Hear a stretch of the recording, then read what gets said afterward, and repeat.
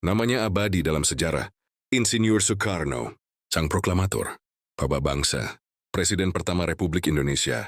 Namun jauh sebelum ia memimpin bangsa ini, Soekarno hanyalah seorang anak kecil bernama Koesno.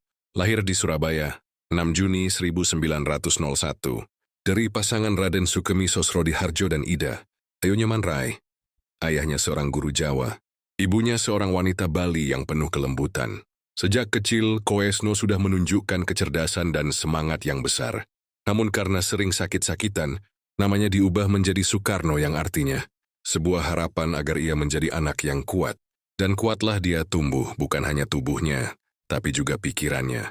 Soekarno muda melanjutkan pendidikan ke HBS di Surabaya. Di sanalah ia mulai mengenal dunia pergerakan. Ia tinggal bersama host Djokro Aminoto, tokoh Sarekat Islam. Dari situlah semangat kebangsaannya tumbuh subur. Ia sering ikut diskusi politik malam-malam, membaca buku filsafat dan nasionalisme dari berbagai belahan dunia.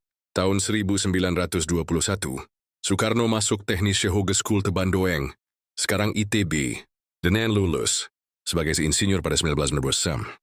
Tapi ilmunya bukan untuk membangun jembatan atau gedung, melainkan untuk membangun bangsa. Dwi mendirikan Partai Nasional Indonesia pada 1927.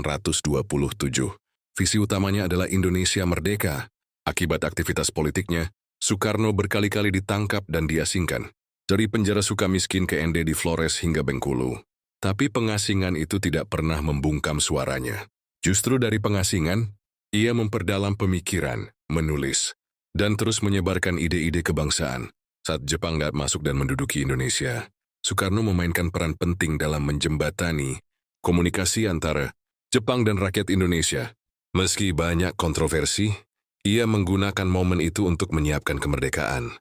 Bersama Muhammad Hatta, ia membacakan teks proklamasi pada 17 Agustus 1945. Perjuangannya tidak berhenti di sana. Sebagai presiden pertama, ia menghadapi berbagai tantangan. Pemberontakan daerah, agresi militer Belanda, konflik internal politik, tapi dengan karisma dan semangat persatuan, ia berusaha mempersatukan Indonesia yang sangat majemuk. Soekarno adalah orator ulung, pidatonya membakar semangat, kata-katanya hidup dan menggugah. Dia bicara tentang Pancasila, tentang Trisakti, tentang Marhainisme, semua lahir dari keyakinannya pada kemerdekaan yang utuh, politik, ekonomi, dan budaya. Namun masa kejayaan itu tidak berlangsung selamanya.